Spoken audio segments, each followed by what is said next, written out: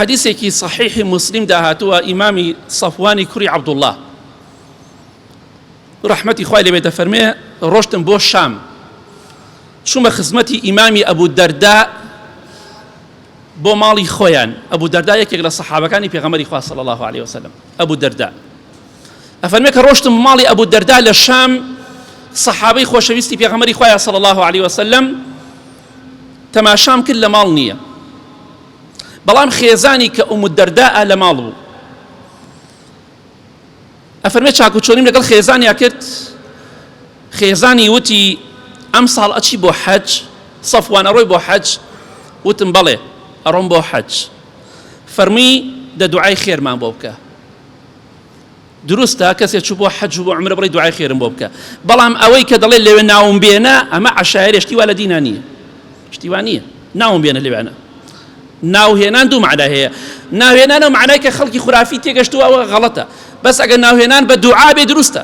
ناوت بێنێ دوعا واتە دوعای خێرم بۆ بکە نەک لەوێ فڵان کەس وەرە بۆ حەج و عومرە ئەوە ناشتی وەرە دینان نییە بڵێ خوایە فڵان کەس حەج و عومرەی بەنسیب بکەی بە دوعای خێر ناوی بێنە ئەم خێزانەی ئوم الدەرداء کە هەمیشە سەحابەی ڕەزای خوا لێ فەرمووی ئەی سەفوانی کوڕی عەبدوڵڵاه مادام ئەم ساڵە چی بۆ حەج دوعای خێرمان بۆ بکە بۆچی چونکە پێغەمبەری خوا صلى الله عليه وسلم فرمووی دعوة المرء المسلم لأخيه بغير ظهر الغيب مستجابة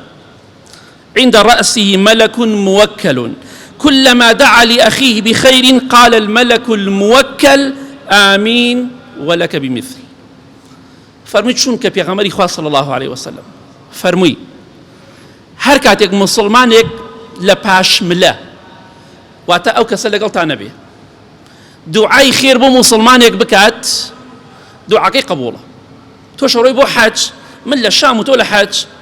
لە پاشملەیە دوعای خێرمان بۆ بکات چونکە خۆشەویستی خوا فەرمیێ صلی الله عليه وسلم دوعای مسلمان بۆ مسلمان ژن بێ یا پیاو بێ مادەم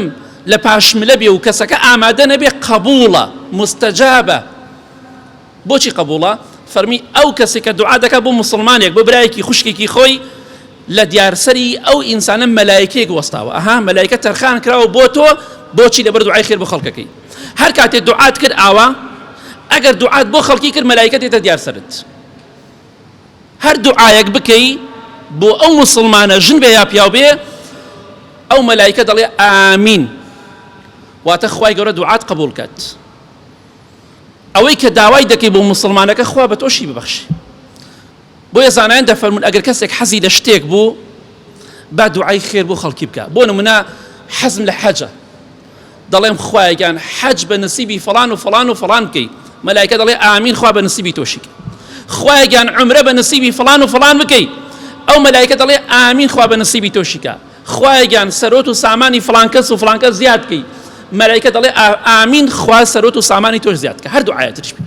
حەزت لە بەهەشتە بڵێ خوایە فڵان و فڵان خە بەهەشتە مەلایکە فەرمی ئامین خوا تۆش بخاتە بەهەشتە ئامین خوا لە تۆش لە جەهەنەم ڕزگار کە کەواتە هەر دوعایەکت ئەگەر زیاتر ئەتەوێت قبول بێ بۆ خۆتی بکە پاشان بۆ خەڵکیش خوایە لێم خۆش بە لە فڵان و فڵانیش خۆش بە خوایە بمخە بەهەشتەوە فڵان و فڵانیش بخە بەهەشتەوە بە ئیزنی خوا قبوڵە ئەو مەلایکەی مەبەسمان ئەو خاڵەیە ئەو مەلایکەی تایبەتە بەوەی ئەگەر دوعات بۆ مسلمانان کرد ئەو مەلایکە تەرخان کراوە دوعای خێر بۆ تۆ بکات بڵێ خوایە چی داوای کردو بۆ مسلمانان بەخۆشی ببەخشە کەواتە ئینشاءالله لە دوعادا خەڵکتان لەبیر نەچێت